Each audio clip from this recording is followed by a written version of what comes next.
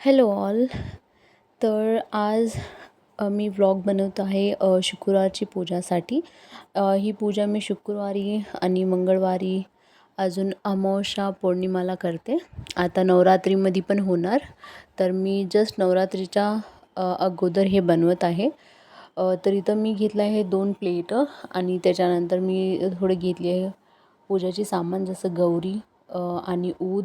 गौरी ही आपल्याला ऊद लावायला खूप लाईक हेल्प होणार, आणि कुंकू, फुलं आणि आरती करण्यासाठी दिवा, आणि हे तांदूळ घेतले आहेत मी. अक्षदासाठी घेत आहे मी. ह्याच्यामध्ये मी हळद आणि कुंकू मिक्स करून याचा अक्षदा बनवत आहे. ही तुम्हाला पूजानंतर जेव्हा आपण आरती करायच्या अगोदर अक्षदा टाकतो ना, त्याच्यासाठी. तर नॉर्मली आपण ही चौकटीची पूजा करत आहे.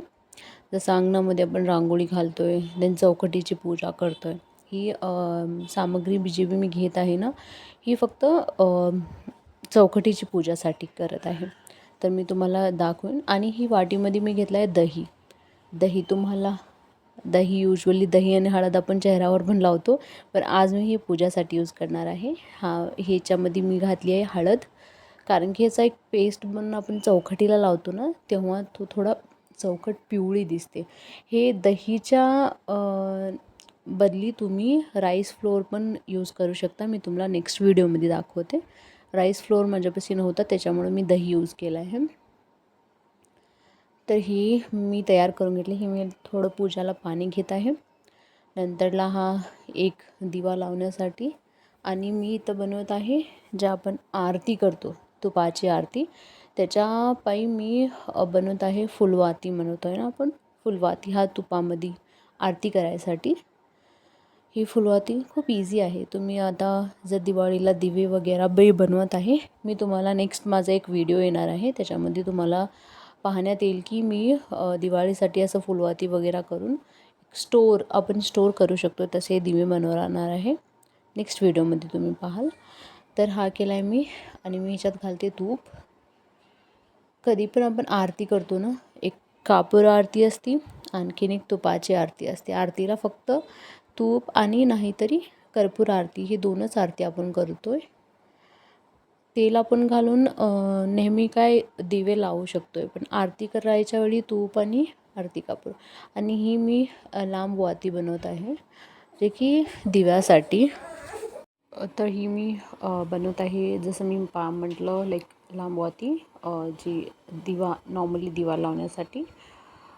इथं मी 2 दिव्यामध्ये आपण ऑब्वियसली 2 वात्या ठेवतो आहे. आणि ह्याच्यानंतर जे बी पूजाला लागणार, जसं की इथं बघत आहे तुम्ही, पाणी आहे, फूल आहेत, अगरबत्ती मी ठेवून घेतली आहे. आणि मी दिव्यामध्ये थोडंसं तेल घालून आपण चौकटीची पूजा करूया आता. हे नॉर्मली तुम्ही डेली पण करू शकता, पण मंगळवारी, शुक्रवारी असं जर तुम्ही कराल तर एक पॉझिटिव्हिटी बनून राहते घरामध्ये. आणि मी इथं ऊद लावण्याची तयारी करत आहे. जसं की थोडे गौरीचे जे बी राहतात ना, शेणाची जे गौरी आपण बनवतो, त्याचे छोटे छोटे तुकडे करून मी ह्याच्यामध्ये लाईक ऊद घालणार. ही मी तयार केली आहे. ही मी ऊद ठेवली आहे.